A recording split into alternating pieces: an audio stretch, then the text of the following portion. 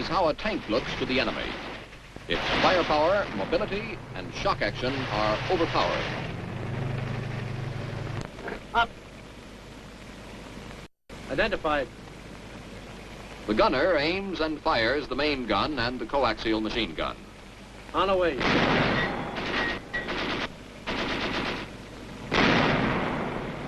The driver moves the tank on command of the tank commander. Driver, move on. In some tanks, a fifth crew member, known as the bog, operates a bow machine gun and assists the driver.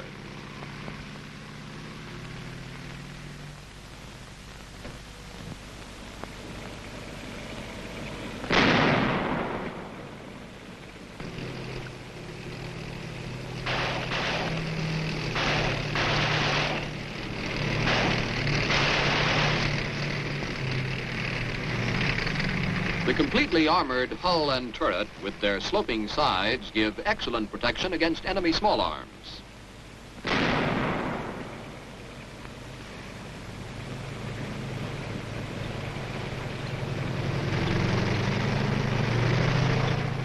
And against mortar and artillery fire, and to a certain extent, anti-tank guns. The protection afforded by the armored hull and turret allows the tank to move directly under our own time fire.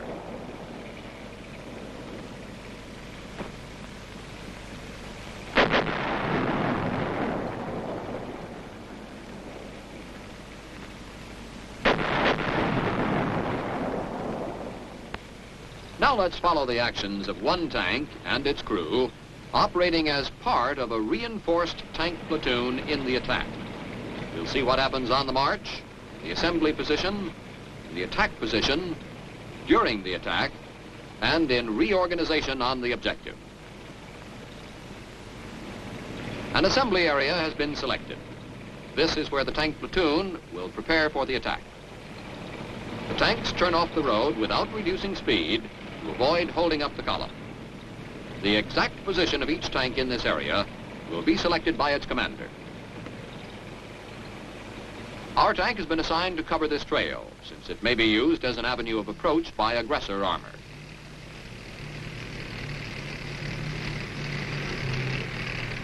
The tank commander looks for a position which offers good observation, a field of fire, room to maneuver, cover and concealment, and which permits him to cover the possible avenue of approach with his main gun. The tank commander leads his tank into the position he has selected.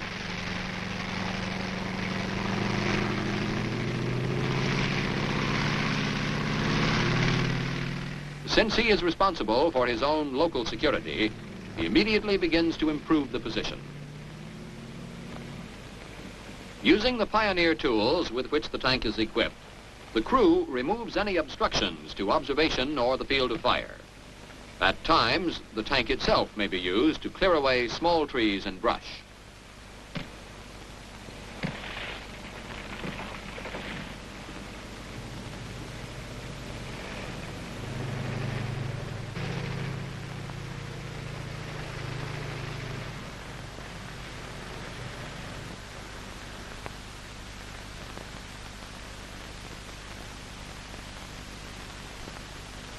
The tank commander and other members of the crew move out to look over the area. The gunner is posted to observe the approaches. The tank commander selects a position to which the tank will be moved quickly in event of an attack up the trail. The tank will occupy this position at night when there is less need for concealment and tank movements are risky.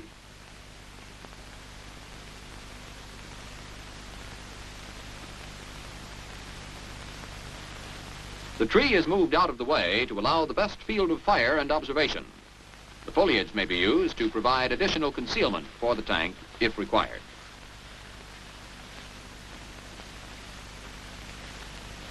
The tanks and armored infantry work together to provide security for the reinforced platoon. The tank commander prepares a range card, which ties in his field of fire with other weapons of the platoon. An accurate range card improves night firing capabilities. Meanwhile, the infantry squad leader supervises his squad and assigns each man a sector of fire. Our tank must be completely resupplied with ammunition, fuel, emergency rations, and other supplies.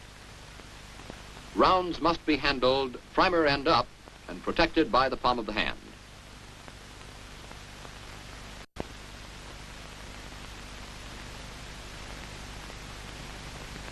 The tank must be in the best possible fighting condition before moving out. Oil levels must be checked. All fire control equipment must be checked and adjusted. Now is the time for bore sighting. There will be no time for performing these important operations later. Checks are made continually in the assembly area, since it is the tank crew's last chance to prepare for the attack.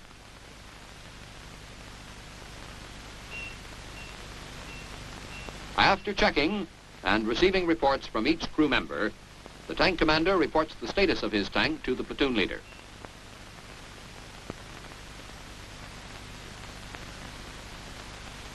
The tank platoon leader summons his tank commanders and the infantry platoon leader to issue the order for the attack.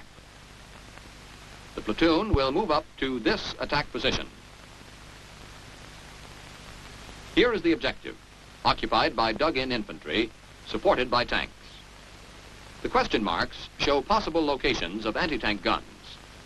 Each tank commander marks his own map. All must be thoroughly familiar with the situation and plan of attack. Security measures are never relaxed. The tank is never left unmanned. Preparations for the attack have been completed. At the designated time, the platoon, using a previously reconnoitered route, moves out. Our driver quickly falls into the assigned position in the march column. On the march, every crew member must do his part to ensure that the tanks arrive at the right place at the right time and in condition to fight. Security measures are maintained. Radio silence is in effect. The gunner checks the turret lock. The driver is on the alert for any signs of malfunctioning. He maintains the proper speed and proper march distance. The loader is alert for hostile aircraft. The commander has the caliber 50 machine gun ready and is on the lookout for any possible trouble. On the march, control is dependent upon the proper use of visual signals. These signals must be passed along. With woods on both sides of the road, the caliber 50 machine guns are positioned to cover the flanks of the column. As they approach the selected attack position, the tanks deploy from the column formation and take position in line, the combat formation for this attack. The attack position is the last covered or concealed position immediately to the rear of the line of departure. Normally, a minimum of time is spent in this position. Here is where last-minute checks are made and final orders are received. Our tank has been ordered to cover the platoon right flank in the attack. The tank commander selects a position which gives him a good route out of the attack position. The loader loads the main gun and the coaxial machine gun. These weapons could have been loaded in the assembly area if the situation had required it. Report. Gunner ready. Driver ready. Loader ready. With radio silence still in effect, the tank commanders use visual signals to report ready to the platoon leader.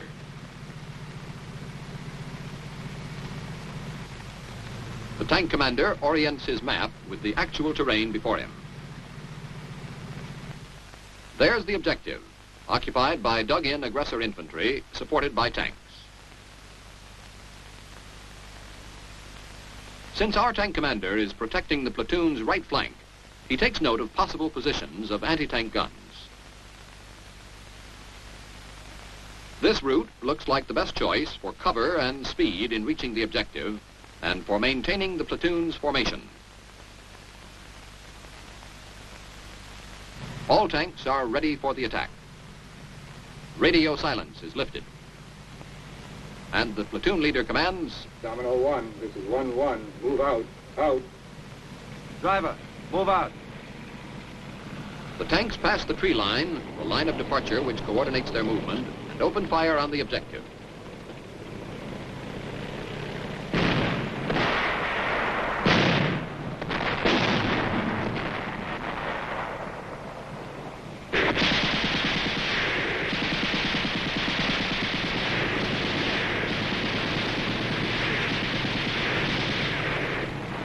driver maneuvers his tank as rapidly as possible, avoiding obstacles which would slow his progress and avoiding undue exposure to enemy fire and observation.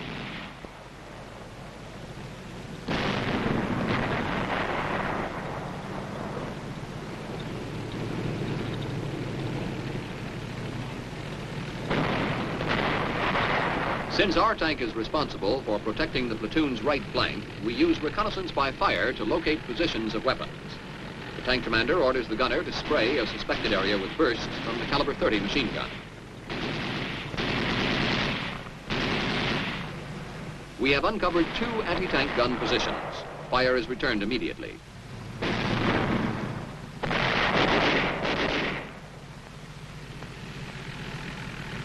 And our tank quickly takes hull defilade. The tank commander reports the situation to the platoon leader. Other tanks of the platoon join in the attack on the anti-tank guns. One of our tanks is hit and disabled. Both anti-tank guns out of action. Our tank commander reports to the platoon leader that the target has been destroyed. He continues the attack. Should we stop and help our disabled tank? No, because that would mean 2 tanks instead of 1 taken out of the attack. An aggressor tank appears and tries to destroy the disabled tank and its crew.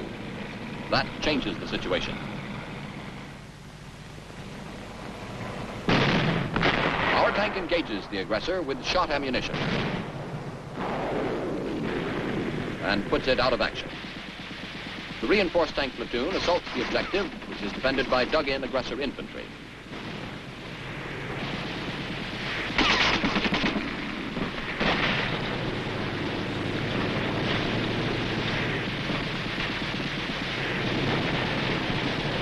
Our armored infantry dismounts to assist the tanks in mopping up the objective.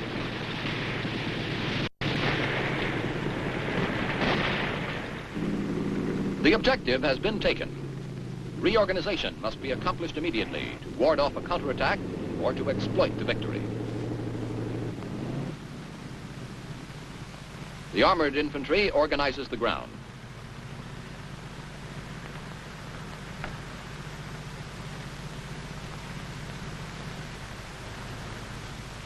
The tanks take up firing positions. The crews begin checking their vehicles.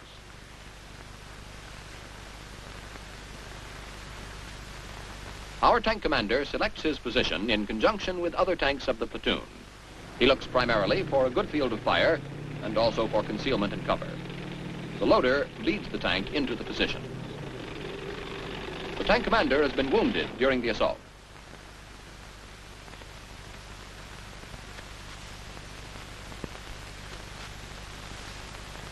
The wounded tank commander must be evacuated. The gunner takes charge. He is now the new tank commander. Each member of the crew must be prepared to take over the duties of any other crew member at any time.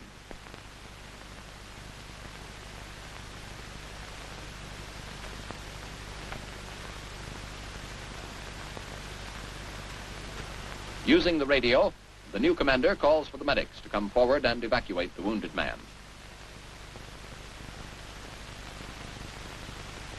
He then administers emergency first aid.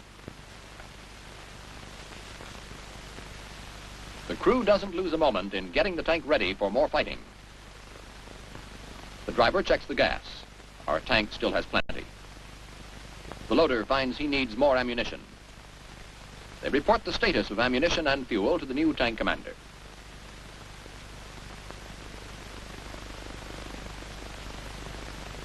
The driver investigates a noise he has heard in the track. He discovers a center guide is loose. If not corrected, that could put the whole tank out of action.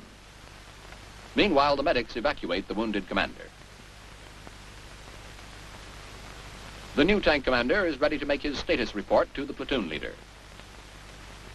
He reports that the tank commander has been wounded and evacuated, and that ammunition is short. To save time, the platoon leader has ordered the resupply of our tank from the tank which was disabled. and the assignment of a crew member from that tank to our tank. Our tank is ready to continue the advance, to exploit the victory, take advantage of the enemy's disorganized state, drive deep into his rear and complete his destruction. This is the ultimate aim of armored warfare. Now let's review the operation we have just seen. In the assembly area, the tank is fully prepared for action. On the march, the crew applies march discipline to get their tank to the right place at the right time in good condition to fight. In the attack position, the tank crew makes last-minute checks and receives last-minute orders.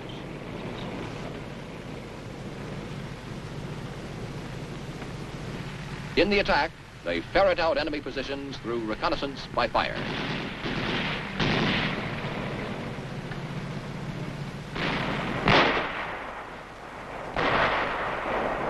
After seizing the objective, tank crews reorganize as quickly as possible to ward off a counterattack or to exploit the victory.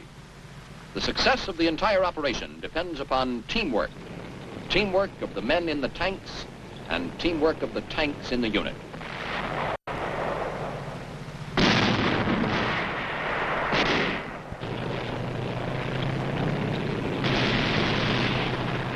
Every man must do his part to realize the tank's full value as the greatest shock weapon in our ground forces.